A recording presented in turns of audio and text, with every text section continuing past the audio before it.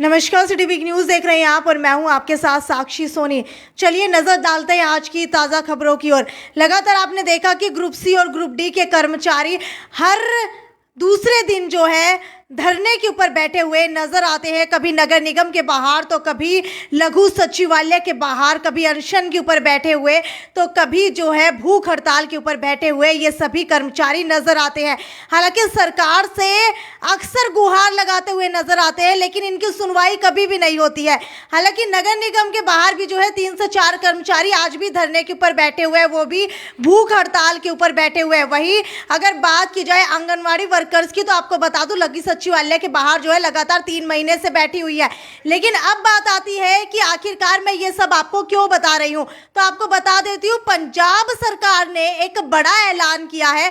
जी हाँ, पंजाब सरकार की तरफ से ये ऐलान किया गया है कि 35,000 पंजाब के अंदर जितने भी कच्चे कर्मचारी हैं उन सभी को पक्का कर दिया जाएगा। जिसकी वजह से कर्मचारियों के अंदर काफी ज्यादा खुशी है, क्योंकि लगातार पंजाब के कर्मचारी और हरियाणा के कर्मचारी दोनों मिलकर के मांग कर रहे थे कि हम सभी को पक्का किया जाए। लेकिन ये कर्मचारी ग्रुप सी और ग्रुप डी के हैं जिनको पक्का किया जाएगा।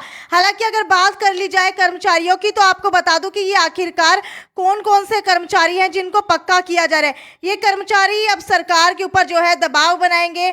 इनमें 14,000 गेस्ट टीचर है, 15,000 बिजली कर्मचारी हैं, 10,000 स्वास्थ्य कर्मचारी हैं, 10,000 के करीब नगर निकाय कर्मचारी हैं और 15,000 एनएचएम कर्मचारी हैं। और इन्हें औसत जो है 20,000 रुपये मानदेय मिल रहा है। ये पक्के हुए तो औसत इनको 30,000 रुपये जो है मानदेय मिल सकता है, वो भी महीने का। हालांकि 1980 के दशक की बात की जाए तो लगभग 4 लाख कर्मचारी थे, लेकिन अब जो है सिर्फ 2.85 लाख जो है ये कर्मचारी रह गए हैं, क्योंकि कई कर्मचारी पक्के नहीं होते, कईयों को हटा दिया जाता है, कईयों को हटा करके खुद अपने बंदे रख लिए जाते हैं, जिसकी वजह से अक्सर ये होता है। और ये आपको बता दूं कि पंजाब के अंदर मुख्यमंत्री बनते ही जो है भगवंत मान ने ये ऐलान किया है, और इसी के चलते हरियाणा के अंदर कवायद तेज हो गई है। जी हाँ, हरियाणा के कर्मचारी भी लगातार ये मांग करने लगे हैं और कर्मचारी संघ ये मांग कर रहे हैं कि जिस तरीके से पंजाब के अंदर सभी कच्चे कर्मचारियों को पक्का किया गया है, वैसे ही हरियाणा के अंदर भी कच्चे कर्मचारियों को पक्का किया जाए। लेकिन अभी तक जो है ऐसा ऐलान हमारे हरियाणा की सरकार ने नहीं किया है। आपको क्या लगता है कि हरियाणा सरकार के अंदर कच्चे कर्मचारियों को क्या पक्का कर देना चाहिए?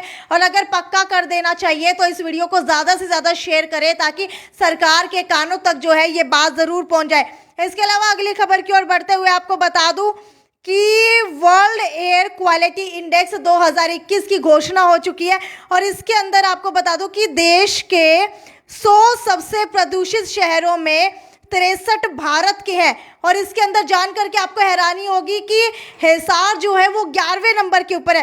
पहले नंबर के ऊपर भिवाड़ी है, दूसरे नंबर के ऊपर गाजियाबाद है, तीसरे नंबर के ऊपर दिल्ली है, चौथे नंबर के ऊपर जौनपुर है, और इसी तरीके से जो है 11वें नंबर के ऊपर हिसार है, जहां पर 89 प्रदूषण का लेवल बताया गया है। हालांकि अलर्ट जो है घोषित कर दिया गया है। प्रदूषण से दिल के दौरे का खतरा 40% तक बढ़ जाता है, अस्थमा की शिकायत ज़्यादा बढ़ जाती है। और अब की बात की जाए, अब ना तो पराली जलाई जा रही है, ना ही प्रदूषण जो है व्हीकल से ज़्यादा हो रहा है। फिर उसका क्या कारण हो सकता है प्रदूषण का, वो नीचे कमेंट सेक्शन के अंदर लिख करके बताइए। खैर, अगली खबर की ओर बढ़ते हुए आपको बता दूं कि लगातार प्रदेश में गेहूं की खरीद को लेकर के सवाल उठ रहे थे। तो आपको बता दूं कि प्रदेश की 410 मंडियों में 1 अप्रैल से गेहूं की खरीद जो है शुरू हो जाएगी, और किसानों को ज़्यादा फायदा होने की इस बार उम्मीद जताई जा रही है। रविवार को भी जो है इस बार मंडियां खुलेंगी, क्योंकि हर बार शायद रविवार के दिन खरीद नहीं होती है, लेकिन इस बार सरकार ने ऐलान किया है कि रविवार को भी मंडियां खुली रहेंगी। अगली खबर की ओर आपको बढ़ते हुए बता दूं कि रेलवे की 4 श्रेणियों के अंदर जो आने वाले व्यक्ति हैं उन सभी के किराए में दी जाने वाली छूट जो है अब वो खत्म कर दी गई है। अब बात आती है कि आखिरकार ये कौन कौन सी श्रेणियां हैं। तो रेलवे ने दिव्यांग, गंभीर बीमारी से पीड़ित लोगों, छात्रों समेत 4 श्रेणियों को छोड़ करके अन्य सभी श्रेणी में किराए जो है जो दी जा रही थी छूट, वो सभी की सभी जो है खत्म कर दी है। लेकिन आपको बता दूं कि 60 साल से अधिक उम्र वाले बुजुर्गों को किराए में 50% जो रियायत दी जा रही थी वो रियायत जो है अब खत्म कर दिया है। जी हाँ, सीनियर सिटीजन्स को पहले मान लीजिए 50 रुपए की टिकट है तो 25 रुपए की टिकट दी जाती थी, लेकिन वो जो है सरकार ने खत्म कर दी। इसके अलावा इन 4 श्रेणियों को छोड़ करके जो भी रियायत रेलवे की तरफ से मिल रही थी वो भी जो है खत्म कर दी गई है। एक बार दोबारा सुन लीजिए, दिव्यांग, गंभीर बीमारी से पीड़ित छात्रों समेत 4 अन्य श्रेणियों को छोड़ करके जो है अब जो भी छूट दी जा रही थी रेलवे की वो खत्म कर दी है। हालांकि ये फैसला इसीलिए लिया गया है क्योंकि अगर रेलवे की बात की जाए तो रेलवे के ऊपर भारी भरकम बजट पड़ रहा था, जिसकी वजह से कहीं ना कहीं रेलवे जो है नुकसान का सामना कर रही थी, और इसी नुकसान को मुनाफे के अंदर बदलने के लिए अब जो है रेलवे ने इन 4 श्रेणियों को छोड़ करके सभी छूट जो है वो सारी खत्म कर दिया है। रेलवे की घटती कमाई को ध्यान में रखते हुए जो है ये फैसला लिया गया है।